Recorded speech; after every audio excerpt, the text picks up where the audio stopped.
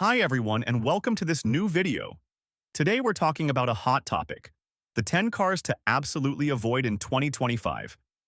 If you're thinking of buying a new car this year, this video could save you time, money, and a lot of trouble. Stay with me until the end, because some of these choices might surprise you. Every year, dozens of new models come out, but not all of them are a success.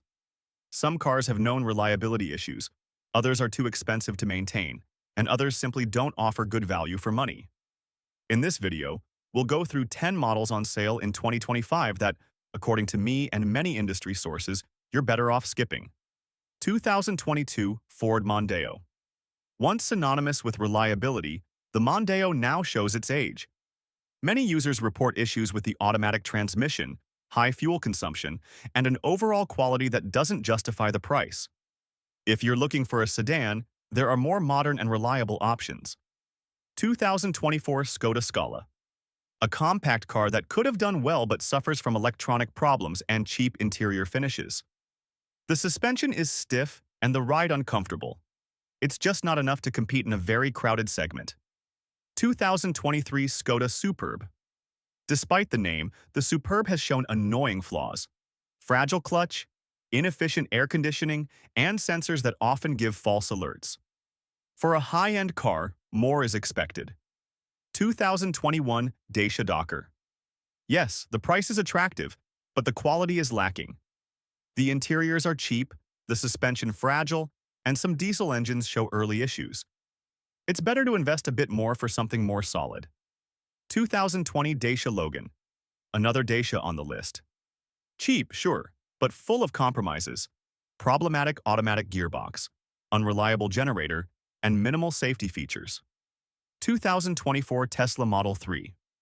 This might seem like a strange choice, but several users complain about suspension problems, paint issues, and faulty electronics. Also, the after-sales service isn't always up to par, especially in some regions. 2022 Volkswagen Sharon.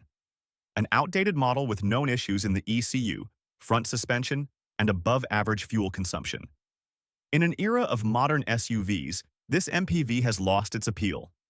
2023 BMW 5 Series. Surprising, right? But some versions show early wear on bearings and timing chain problems. Plus, maintenance costs are very high. 2021 BMW 2 Series Active Tourer. A premium minivan that doesn't impress, sluggish multimedia system, cheap plastics, and delicate paintwork. For the price, much more is expected.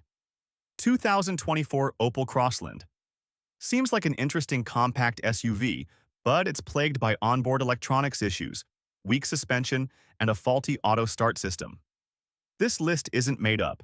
It's based on reliability reports from specialized sites like ADAC, JD Power, Mechanic Insights, and user feedback from forums and social media.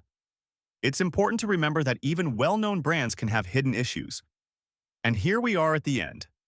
Remember, before buying a car, do your research. Read reviews, watch road test videos, and compare with similar models. Sometimes it's worth spending a little more to avoid long-term headaches. If you found this video helpful, give it a like, subscribe to the channel, and hit the bell icon so you don't miss more content on cars, technology, and mobility. Let me know in the comments if you know of other cars to avoid, or if you've had bad experiences with any of the models mentioned. See you in the next video.